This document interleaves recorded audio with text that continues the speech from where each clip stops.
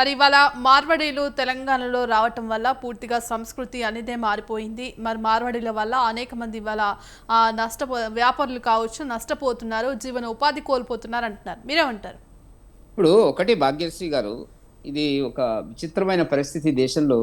బహుశా నేను ఇట్లాంటి పరిస్థితి చర్చకొస్తాను గానీ, టీవీలో మాట్లాడతాను గానీ నేను అనుకున్నటువంటి పరిస్థితి కాదిది. ఎందుకంటే ఈ దేశము ఒక సమగ్రమైన జాతీయ భావం కలిగినటువంటి దేశం. హిందూ సంస్కృతి అనేటువంటి దానికి ఒక మూల కేంద్రం.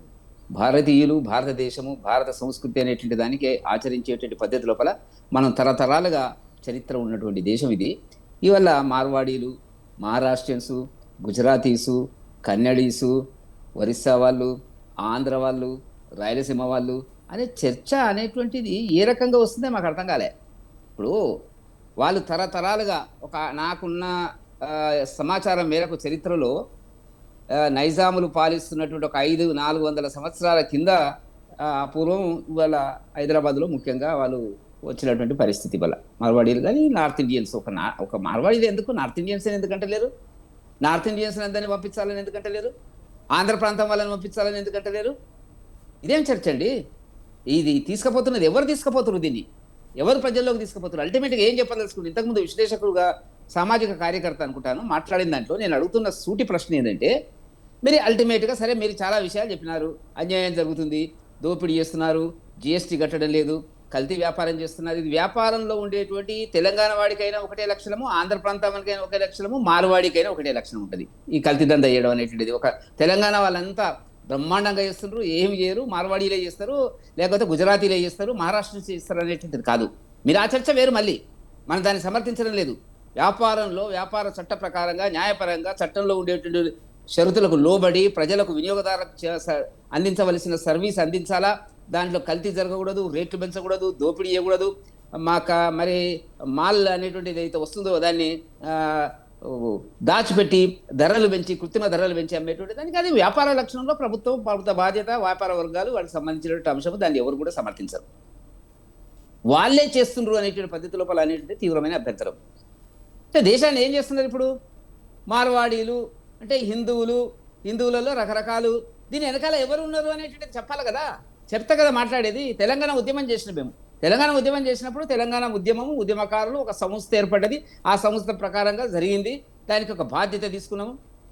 అది జేఏసీ లేకపోతే 1969లో వచ్చినటువంటి ఉద్యమంలో కూడా నేను ఉన్నాను కాబట్టి అప్పుడు విద్యార్థుల ఉద్యమం అనేది ఒక హక్కు, ఒక అస్తిత్వాన్ని తీసుకున్నారు. ఇది మాకు అన్యాయం జరుగుతుంది, నీళ్లు నిధులు నియామకాలం జరుగుతుంది అనేటువంటి మాట చెప్పాము.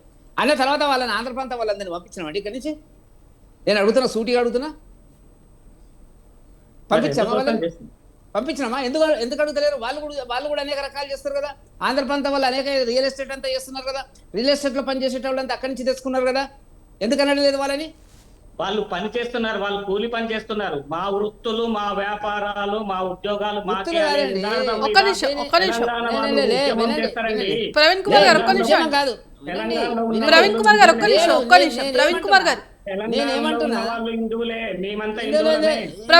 ఒక్క నిమిషం సార్ ప్లీజ్. ప్రవీణ్ కుమార్ గారు ప్లీజ్, మళ్ళీ మీకు ఛాన్స్ ఇస్తాను ప్లీజ్. ఒక్క నిమిషం ప్రవీణ్ కుమార్ గారు ఒక్క నిమిషం అండి, మళ్ళీ ఛాన్స్ ఇస్తాను మీకు. ఒక్క నిమిషం తర్వాత మాట్లాడు సార్. దేశాన్ని ముక్కలుగా చేసి అమ్మేటువంటి ప్రయత్నంలో మీరు అంతా సహకరిస్తామంటే మాకు అభ్యంతరం లేదు. ఆంధ్ర ప్రాంతం నుంచి వచ్చినారు, చాలా మంది పనిచేస్తున్నారు, చాలా మంది హోటల్ పెట్టుకున్నారు, చాలా మంది రోడ్ల మీద హోటల్ పెట్టుకున్నారు, చాలా మంది ఆటోలు నడుపుతున్నారు, వ్యాపారాలు చేస్తున్నారు. మరి వాళ్ళందరినీ పంపిస్తే మన వాళ్ళకు ఉద్యోగాలు దొరుకుతాయి కదా. ఇలా సూటగా చెప్తున్నా, తెలంగాణ వాళ్ళు పనిచేసేటువంటి కల్చర్ నుంచి బయటకు వచ్చిర్రు. మా ఊర్లో 1000 రూపాయలు ఇస్తామనేటువంటి లేబర్ రాడు. వాస్తవం. నేను తెలంగాణ వాడిని కాదా? తెలంగాణ అస్తిత్వం కోసం మేము పోరాటం చేయలేదా?